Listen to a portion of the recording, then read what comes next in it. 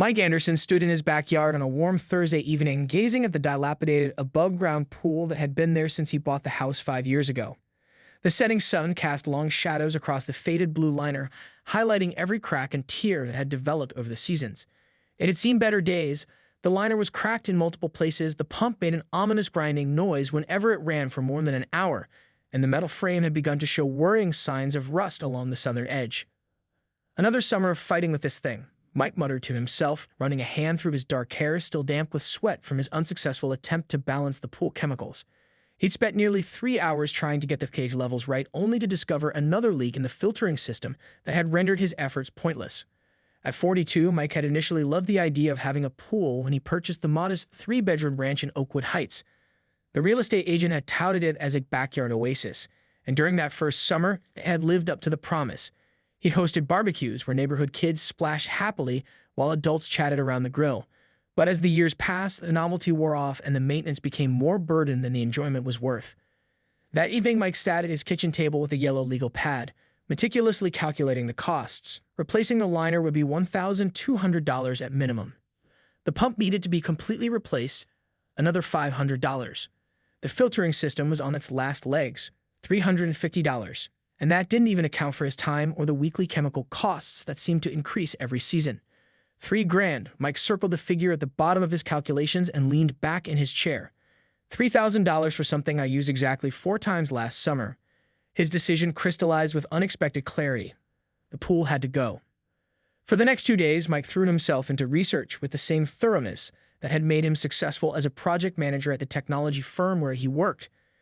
He read articles on pool removal, watched instructional videos online, and even called a local contractor to ask advice, though he had no intention of paying the $2,500 quote he was given for professional removal. On Friday afternoon, Mike visited the municipal office downtown, standing patiently in line at the permits department with a folder of printed documents under his arm. When he finally reached the counter, the clerk, a middle-aged woman with reading glasses perched on the end of her nose, reviewed his property plans. "Above-ground pool removal," she confirmed, looking up from the papers. "You don't need any special permits for that in our jurisdiction. It's considered removal of a temporary structure on private property." She slid a printout of the relevant municipal code across the counter. "Just make sure you dispose of the materials properly. The recycling center on Westfield Avenue takes most pool components." Mike thanked her, feeling a weight lift from his shoulders. He stopped at the hardware store on the way home, purchasing heavy-duty gloves, extra box cutter blades, and several large tarps. The weekend weather forecast promised clear skies and mild temperatures, perfect conditions for the project he'd planned. Friday night, Mike stood at his kitchen window, looking out at the pool illuminated by the motion sensor light. Tomorrow, the eyesore would begin its journey to becoming nothing but a memory, and he couldn't help but smile at the thought. What Mike hadn't factored into his plans was Sandra Wilkins, the self-appointed neighborhood watchdog who lived in the house directly behind his. A widow in her early 60s with meticulously maintained ash-blonde hair, Sandra had moved to the neighborhood 3 years ago following her husband's passing. Within weeks of her arrival, residents have learned that Sandra considered herself the unofficial enforcer of neighborhood standards, both the actual municipal codes and the many unwritten rules that existed only in her mind. From her kitchen window with its pristine white valance curtains, Sandra had a perfect view of Mike's backyard. She designed her morning routine around this surveillance post, brewing her single cup of deck of coffee at precisely 7:15 a.m. before settling into the cushioned window seat with her crossword puzzle and neighborhood notebook.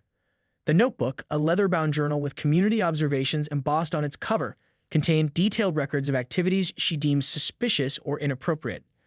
Carl Jennings at 423 put his garbage cans out at 6 p.m. Thursday instead of after 7 p.m. as stated in Municipal Code 47.3, read one entry. The Martinez family's teenage son had friends over until 10:17 p.m. on a school night, noted another, complete with a tally of cars parked on the street. In the past year alone, Sandra had reported the Pattersons for a fence that was allegedly 2 inches taller than regulation. It wasn't. Mrs. Coleman for running an illegal business from her home. She was selling Girl Scout cookies for her granddaughter, and the new family on the corner for suspicious gatherings, a monthly book club. Her complaints were so frequent that the Municipal Code Enforcement Office now had a specific protocol for Wilkins inquiries, which involved taking detailed notes but rarely any actual enforcement action. What particularly irked Sandra about Mike Anderson was his apparent disinterest in her authority. Unlike some neighbors who would anxiously adjust their behaviors after one of her pointed, friendly reminders, Mike had a polite but firm way of acknowledging her concerns before proceeding exactly as he'd planned. When she had complained about his Halloween decorations being excessive and potentially frightening to small children, he had smiled, thanked her for her input, and added 2 more skeleton flamingos to his front lawn the next day. Saturday morning dawned clear and bright, just as the forecast had promised.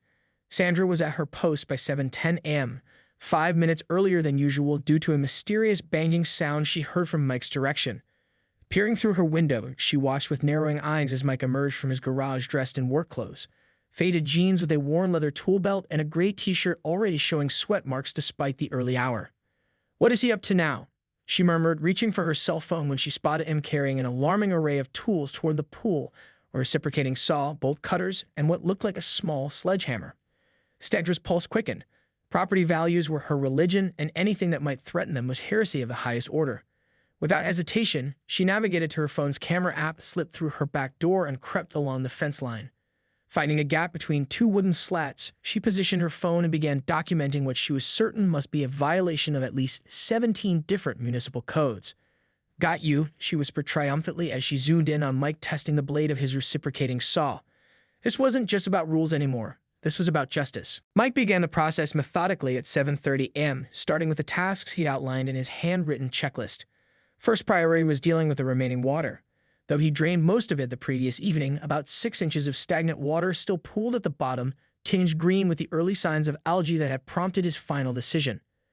"Should have done this years ago," he muttered, setting up the submersible pump he borrowed from his colleague Dave. He carefully positioned the drainage hose to direct the water toward the designated drainage area at the far corner of his property, a small rain garden he'd installed 2 summers ago. The design, with its carefully selected native plants and gravel layers, would naturally filter the water before it reached the water table. Mike had researched local environmental guidelines extensively, determined to do this right. As the pump hummed steadily, Mike turned his attention to the filtration system. He disconnected the various hoses, labeling each one with masking tape in case whoever bought or received them wasn't familiar with pool systems. The filtration housing came apart with surprising ease after he sprayed the rusted bolts with WD-40 and let it sit for 15 minutes. Inside, the filter was in better condition than he'd expected. Dave might want this for his hot tub, Mike thought, carefully placing the components on a blue tarp he'd spread across the lawn. The pump, despite its alarming noises, might still be salvageable for someone with the right mechanical skills. He'd already posted tentative free-to-good home listings on the neighborhood online forum, contingent on how well the disassembly went. By 10 a.m., with the water fully drained and the mechanical systems removed, Mike was ready for what he had secretly been looking forward to most, dismantling the frame itself. He donned safety goggles, heavy work gloves, and positioned his ladder against the pool's edge. The metal top rail came apart in sections after he removed the rusted bolts connecting them. Each piece he removed felt like shedding a burden. "One down, 23 to go," he said with satisfaction, placing the first curved metal section on another tarp. The vertical supports proved more challenging. Years of weather exposure had practically welded some of the connections together. Mike applied penetrating oil, waited, then used the leverage of his pry bar to coax the stubborn pieces apart. When that failed on a particularly obstinate section, he reached for the reciprocating saw, the mechanical whine cutting through the morning quiet as it made short work of the corroded metal. The vinyl liner was the messiest part. Years of sun exposure had made it brittle in places, while other sections remained oddly elastic. Mike cut it into manageable pieces with a utility knife, working his way around the circumference methodically.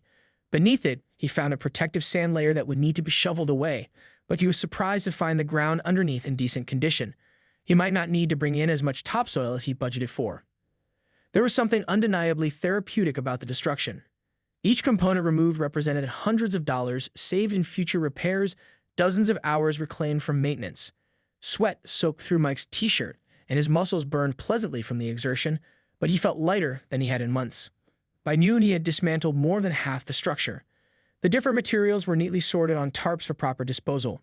Metal for recycling, vinyl for the special waste section at the transfer station, reusable parts cleaned and set aside. Mike straightened up to stretch his back, reaching for his water bottle and taking a long drink. That's when he noticed it. A shadow that didn't match the sun's position, lingering by a gap in his fence. A shadow that moved slightly when he turned toward it. "Excuse me, what do you think you're doing?" Sandra called over the fence, her voice carrying the sharp edge of accusation that had become her trademark in neighborhood disputes.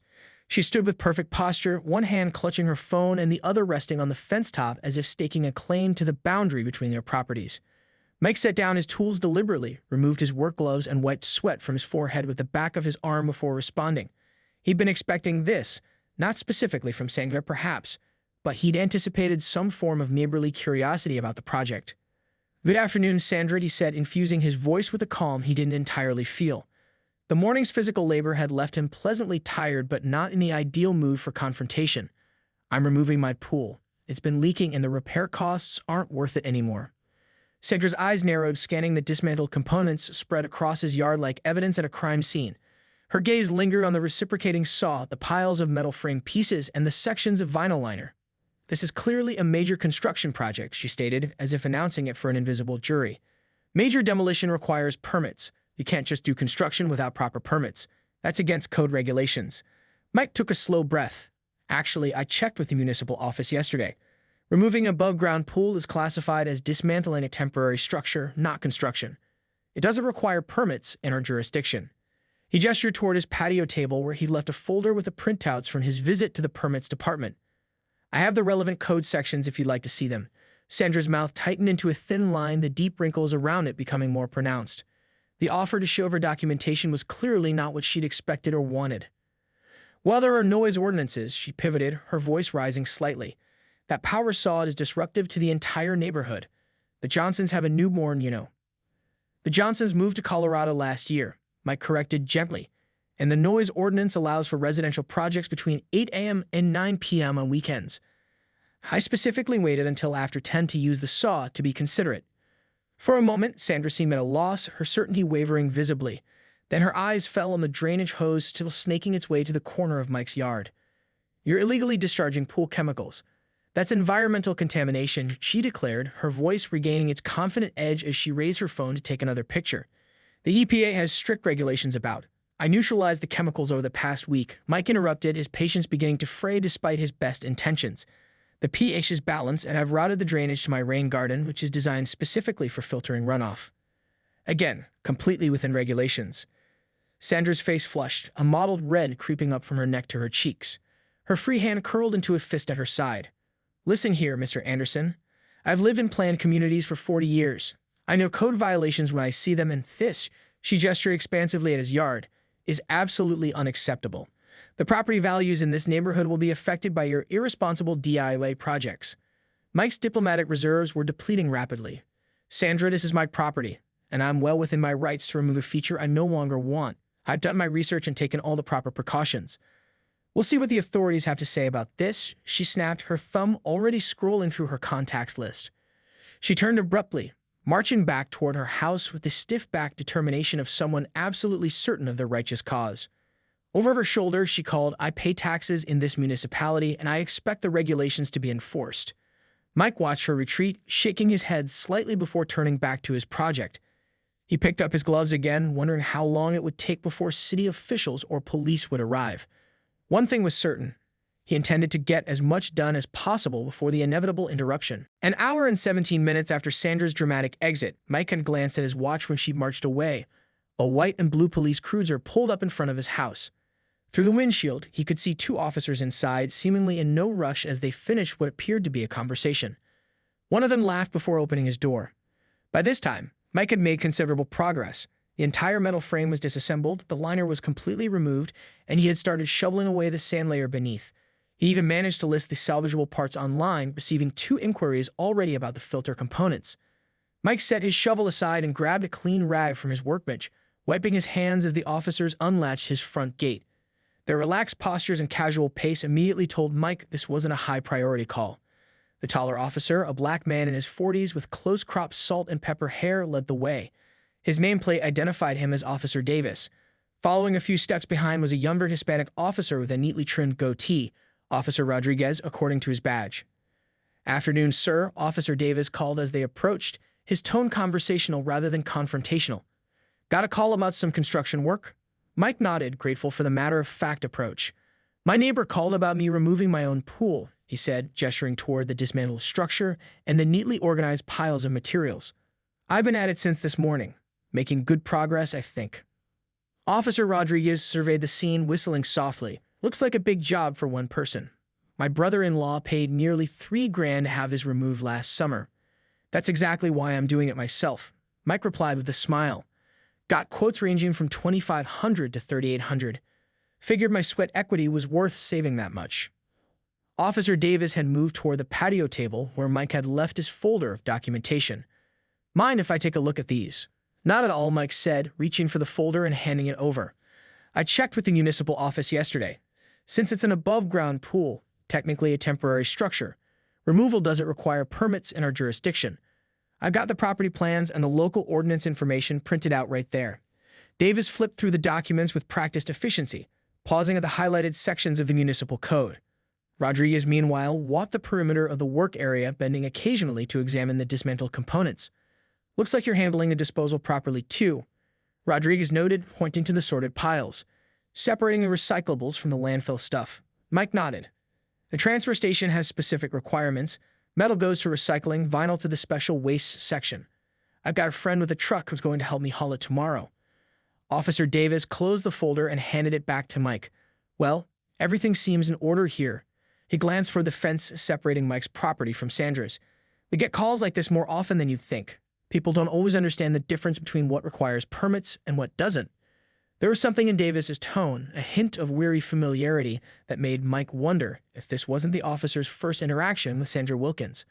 The look that passed between the two policemen seemed to confirm his suspicion. Sir, it appears you've done your homework, Officer Rodriguez said, glancing back at the documentation Mike had provided.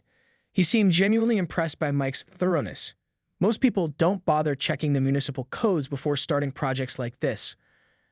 I work in project management, Mike explained, leaning the shovel against the fence. Planning ahead saves headaches later. I've learned that lesson the hard way a few times. Officer Davis nodded appreciatively. That's refreshing to hear. Half our calls could be avoided with some basic research. He made a few notes on a small notepad, then tucked it back into his pocket. Just to be completely clear, removing an above-ground pool on your own property doesn't require permits in this jurisdiction. You're well within your rights, Mr. Anderson. The conversation might have ended there if not for the unmistakable sound of a gate latch clicking open from the adjacent yard. All three men turned to see Sandra approaching with purposeful strides. She had changed from her casual morning attire into what Mike recognized as her official business outfit, a navy blazer over a crisp white blouse paired with matching slacks. Her arms were crossed over her chest, and she wore an expression of triumphant expectation. Officers, I'm glad you're here, Sandra announced, her voice carrying across the yard with practiced authority. She bypassed Mike entirely, addressing the police directly as if he were simply an exhibit in her case. As you can see, he's been making a terrible racket all day with unauthorized construction. The entire neighborhood has been disrupted. Officer Davis turned to face her fully, his expression neutral but professional. Good afternoon, ma'am. I'm Officer Davis. This is Officer Rodriguez. And you are? Sandra Wilkins, 347 Maple Court, she replied crisply, gesturing to her property behind them. I've been a homeowner here for 3 years and am very familiar with the municipal codes. Section 42.7 clearly states that all structural modifications require proper permitting. This, she swept her hand toward Mike's yard, clearly qualifies. Officer Davis maintained his composed demeanor. Ms. Wilkins, we've reviewed the situation with Mr. Anderson. Removing an above-ground pool on private property doesn't fall under Section 42.7, which refers to permanent structures. Above-ground pools are classified as temporary installations according to Municipal Code Section 38.2, Paragraph C. Sandra's face fell momentarily before her features rearranged themselves into a mask of skepticism. That can't be right. I've reviewed the codes extensively. Officer Rodriguez stepped forward, his tone gentle but firm. Ma'am, pool removal specifically falls under Section 38.2, which covers temporary recreational structures. Mr. Anderson is within his rights to remove his own pool without permits. Sandra's eyes narrowed as she processed this information. Mike could almost see her mental gears shifting to find another angle. But the noise ordinance, she began, her voice taking on a higher pitch. It's 2:17 p.m. on a Saturday, Officer Rodriguez interrupted, glancing at his watch.